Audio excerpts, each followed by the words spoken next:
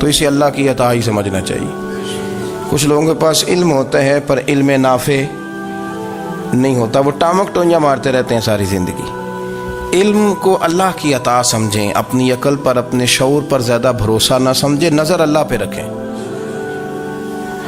حضرت مولا علی شیر خدا کرم اللہ تعالی وجہہ الکریم سے کسی نے پوچھا تھا بڑا عالم کون ہوتا ہے؟ ہمارے ہاں تو اب وہ والے عالم پائے جاتے ہیں نا اللہ ماشاءاللہ، جو ممبر پہ بیٹھتے ہیں تو دعوے ہی دعوے، ممبر پہ بیٹھتے ہیں تو دعوے ہی دعوے، اس طرح کے عالم ہمارے ہاں پائے جاتے ہیں۔ وہ ہر بات میں دعویٰ کرتے ہیں، میں یہ کر دوں گا، میں وہ کر دوں گا۔ یہ مزاج علماء کا نہیں۔ حضرت علی المرتضیٰ سے کسی نے پوچھا بڑا عالم کون ہوتا ہے؟ فرمایا بڑا عالم وہ ہوتا ہے کہ جسے مسئلے کا پتہ نہ ہو تو وہ کہہ دے مجھے نہیں پتہ، میں پتہ کر کے بتاؤں گا، غلط بات بیان نہ کرے۔ امام مالک سے کسی نے کوئی مسئلہ پوچھا تو آپ فرمانے لگے مجھے اس سوال کا جواب نہیں آتا، ہمارے بزرگ سمجھاتے کیا ہیں؟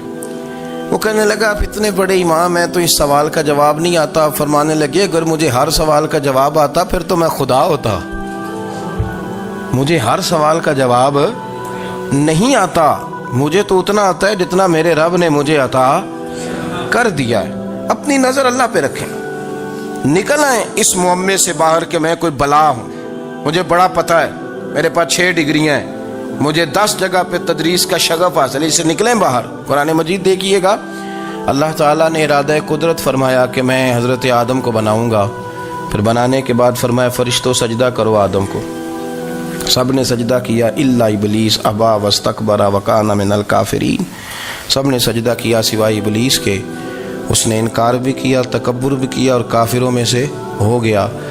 تو یہ جب اللہ تعالیٰ نے سجدہ کرایا تو کیسے کرایا؟ اللہ تبارک و تعالیٰ نے نا حضرت آدم کو علم سکھایا خود، وعلم آدم الاسماء کلہا، خود اللہ فرماتے ہیں کہ میں نے جناب آدم علیہ السلام کو تمام اشیاء کے نام سکھائے، سب اشیاء کے نام سکھائے۔ تو وہ چیزیں پھر میں نے نا، اللہ فرماتے ہیں میں نے فرشتوں پہ پیش کی، میں نے کہا کہ بتاؤ ان کے نام کیا ہے، تو فرشتوں نے جو جواب دیا ہے وہ سمجھنے والا ہے۔ اللہ نے چونکہ خود علم سکھایا تھا حضرت آدم کو، جناب آدم سکھایا تھا، لیکن فرشتوں کو نہیں سکھایا تھا۔ تو اللہ کریم نے فرمایا فرشتوں یہ بتاؤ ان چیزوں کے نام کیا ہیں؟ تو فرشتے کیا کہتے ہیں؟ فرشتے عرض کرتے ہیں قالوا سبحانک لا علم لنا۔ آپ کبھی یقین کریں اس چیز کی لذت لیں تو مزہ آ جائے۔ کہا قالوا سبحانک، کہنے لگے تو پاک ہے، قالوا سبحانک، کہنے لگے تو بھئی آدم علیہ السلام کو نام سکھا لیے، پھر فرشتوں کے سامنے وہ چیزیں پیش کر کے کہا ان چیزوں کے نام بتاؤ، تو فرشتے کیا کہتے ہیں؟ کہتے ہیں قالوا سبحانک، تو پاک ہے، لا علم لنا، ہمارے پاس کوئی علم نہیں، الا ما علمتنا، ہمیں تو اتنا پتہ ہے جتنا تو نے ہمیں سکھا دیا ہے، ہمیں تو اتنا پتہ ہے جتنا تو نے ہمیں، لا علم لنا، ہمارے پاس کوئی علم نہیں ہے، اتنا ہی پتہ ہے جتنا تو نے ہمیں سکھا دیا ہے، اس سے زیادہ ہمارے پاس علم۔ اور یہ کیوں تو نے ہمیں جتنا سکھایا اتنا پتہ ہے؟ فرشتے یہ نہیں کہتے یا اللہ تو زیادہ سکھا، آدم کو دیا تو ہمیں بھی دے، یہ نہیں فرمایا، فرمایا انک انت العلیم الحکیم، اے اللہ تو علم والا بھی ہے اور حکمت والا بھی ہے، تجھے پتہ ہے کس کو کتنا دینا ہے، جتنا تو نے مناسب سمجھا جناب آدم کو دیا، اور جتنا تو نے بہتر سمجھا وہ تو نے ہمیں عطا فرمایا۔ تو اگر آپ کے پاس علم ہے، کہیں نالج ہے، تو اس کو اللہ کی عطا سمجھیں۔ ہمارے ہاں بہت سارے لوگ بن کے بیٹھ جاتے ہیں، میں اکثر کہتا ہوں کہ پھر وہ دعوے کرتے ہیں میرے علاقے والے جاہل ہیں، میرے شہر والے جاہل ہیں، میرے خاندان والے پڑھے نہیں۔ یہ آپ کا دعویٰ ہے، یہ آپ کو خراب کر دے گا۔ ہم نے بہت سارے ایسے لوگ دیکھے جو بہت بڑے عالم تھے، لیکن اللہ جب لینے پہ آیا تو عقل ہی لے گیا، شعور ہی چلا گیا، حافظے ختم ہو گئے۔ آپ دیکھتے ہیں بڑھاپے میں کچھ لوگ ایسے ہوتے ہیں کہ جن کو یہ بھی یاد نہیں رہتا کہ میرا نام کیا ہے، میں کہاں ہوں، مجھے کدھر جانا ہے۔ تو اس وقت سے اللہ کی پناہ مانگیں اور اپنی نظر اپنے رب کریم کی جانب رکھیں، اللہ کی جانب اپنی نظر کو مبذول رکھیں۔ دوسری بات، علم کے بعد ایک چیز آتی ہے جس کا نام ہے ہدایت، جس کا نام ہے تقوی، جس کا نام ہے پرہیزگاری، جس کا نام ہے عمل، عبادت، ریاضت۔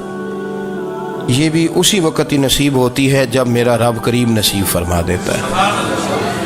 ہم نے نا نیکی کا اپنا اپنا سٹیٹس بنا لیا ہے، اپنا اپنا معیار بنا لیا ہے۔ کچھ لوگ کہتے ہیں کہ جناب مسجد میں سیمنٹ کا توڑا دینے سے بہتر ہے کسی غریب کو آٹے کا تھیلا دے دو۔ اب اس نے اپنا مزاج بنا لیا نا نیکی کا، اس نے اپنا سٹیٹس بنا لیا ہے۔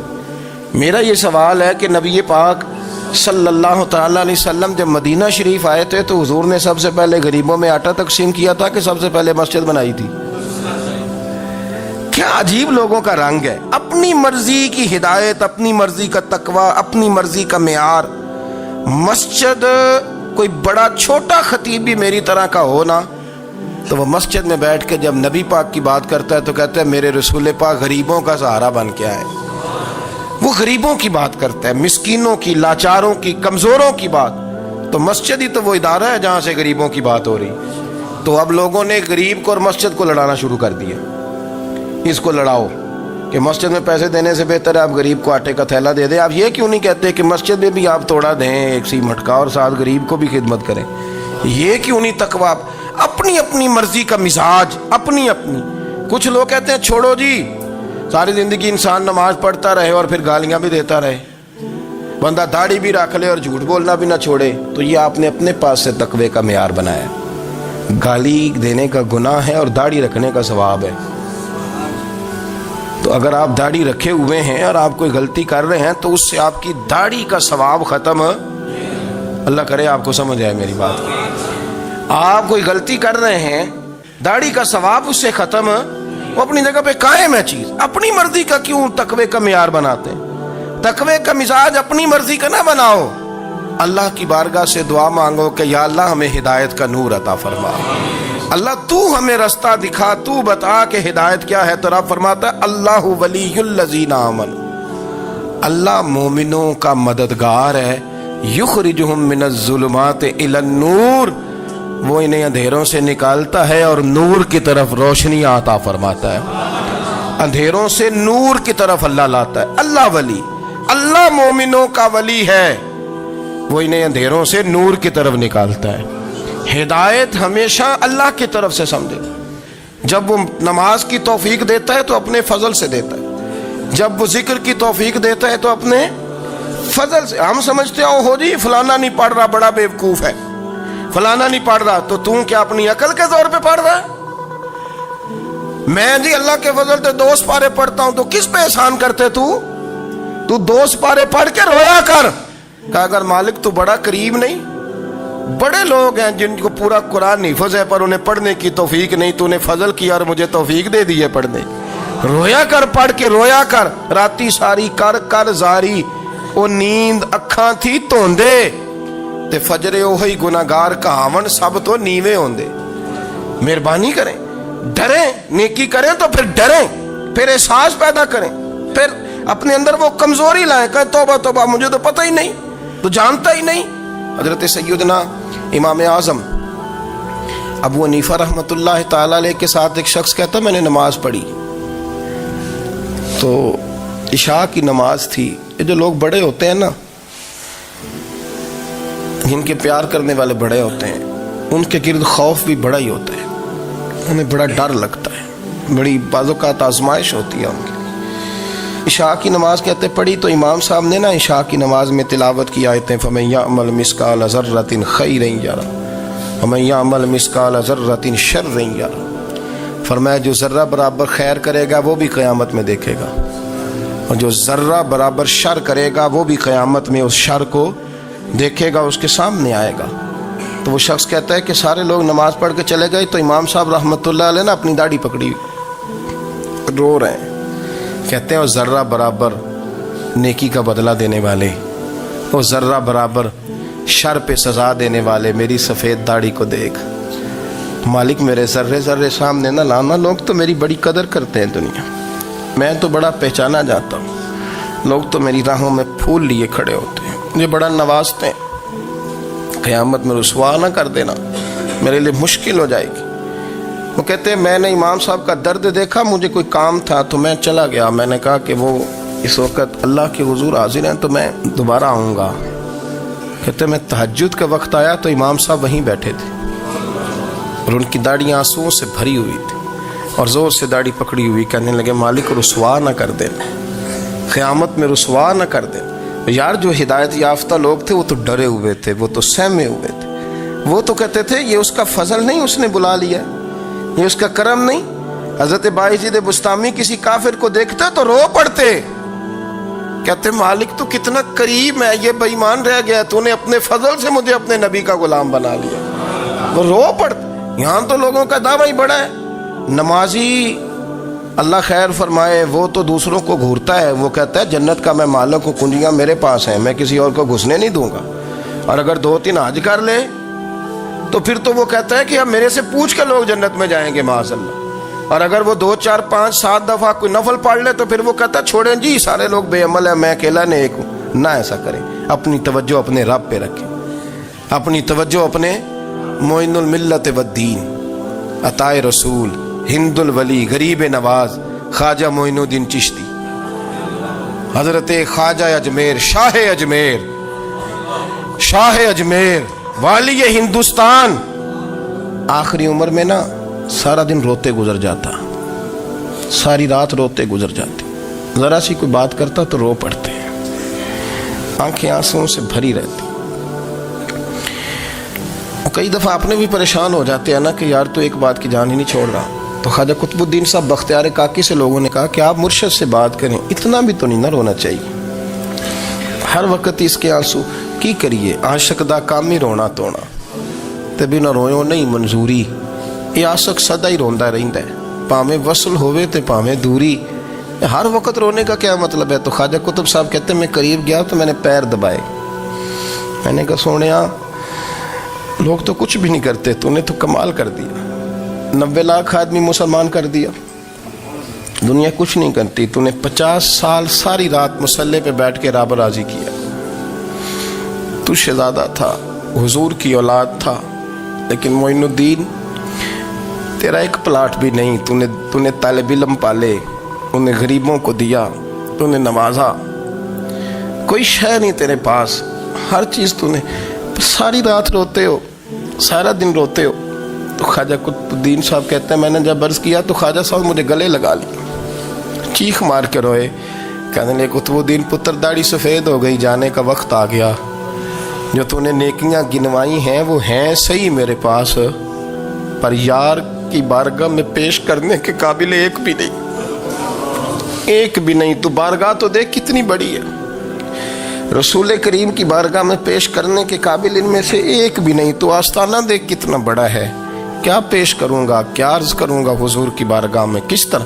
وہ یار جو بڑے تھے وہ تو ڈرے ہوئے تھے، سہمے ہوئے تھے، وہ تو بڑی آزمائش میں تھے، لیکن میرا اور آپ کا رٹا 2 نمازیں پڑھ کے 6 نمازوں کا دعویٰ کرنا اور لمبی چوڑی کہانیاں بنانا اور اپنے منہ سے اپنی تعریفیں کرنا، اس سے تھوڑا باہر آئیں۔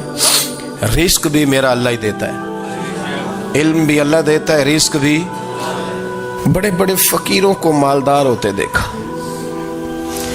بڑے بڑے مالداروں کو فقیر ہوتے دیکھا، بڑے بڑے، میرے ایک بڑا سخی قسم کا سجن ہے، بڑا پیارا ہے، میں اسے سخی مانتا ہوں، میں نے اپنی پریشانیوں کے دنوں میں بھی اس شخص کو سخی دیکھا۔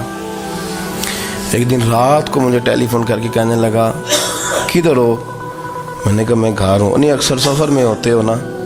میں نے کہا طبیعت کیسی ہے؟ ٹھیک ہے، بس حال چال پوچھنا تھا۔ میں نے سمجھا، میں نے کہا یار یہ کوئی مسئلہ ہے، ورنہ رات کے 2 بجے کوئی حال پوچھنے کو فون تو نہیں نہ کرتا، کوئی مطلب ایسا تو مسئلہ نہیں نا۔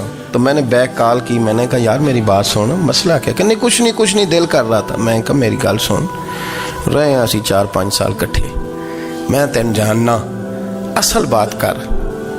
کہنے لگا مکان بھی بڑا ہے، سارا کچھ ٹھیک ہے، پر وہ بڑا ہی بے نیاز ہے، کچھ حالات اس قسم کے آ گئے ہیں کہ لوگوں کو بتاؤں بھی تو لوگ ماننے کو تیار نہیں، زیادہ نہیں، مجھے نا تھوڑے سے پیسوں کی ضرورت ہے، کو 15-20 ہزار اگر مل جائیں میری ضرورت۔ آپ یقین کریں میں روتا رہا ساری رات۔ میں نے کہا مہربانہ تیرا کس طرح کرانگے، اس سے لے کے زمانہ استعمال کرتا تھا، پر بے پرواہی ویکھ نہ سجڑ دی، جتھے کسے دی پیش نہ جاوے، انہیں تاجہ والے در در رولے تے منگتیاں تخت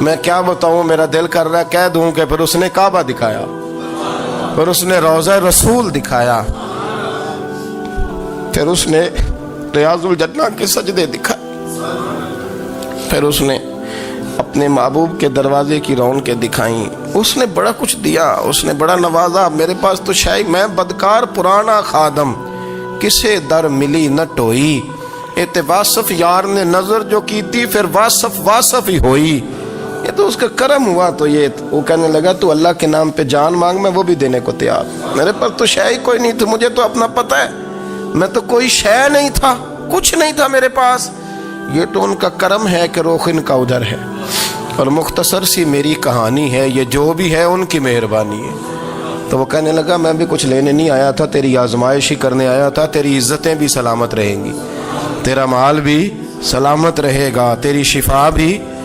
اپنی زندگی میں کبھی بھی اللہ کی بارگاہ سے توجہ ادھر ادھر نہ کریں، چھوڑیں لوگ کیا کر رہے ہیں، دنیا کیا کہہ رہی، کبھی بھی اپنی توجہ دائیں۔ ہمارا یہ مسئلہ بن گیا کہ ہماری سیاست ہے، ہماری دنیا داری ہے، ہم بندوں کو راضی کرنا چاہتے ہیں، ہم دیکھتے ہیں کون کس طرح، اور آپ یقین کریں آپ تھک جائیں گے، بندے راضی نہیں ہوں گے، وہ نہیں راضی ہوتے۔ آپ ان کو منا کے لائیں گے تو ادھر والے نکل جائیں گے، ادھر کو منائیں گے تو ادھر والے نکل جائیں گے۔ اس چکر سے باہر آئیں، اس رب کو راضی کریں جو فرماتا ہے ان الذین آمنوا وعملوا الصالحات سیجعل لهم الرحمن ودا۔ فرمایا تو ایمان لانے کے بعد نیک عمل کر، میں لوگوں کے دلوں میں تیری محبت پیدا کر دوں۔ رحمان لوگوں کے دلوں میں محبت ڈال دے گا، اللہ لوگوں کے دلوں میں۔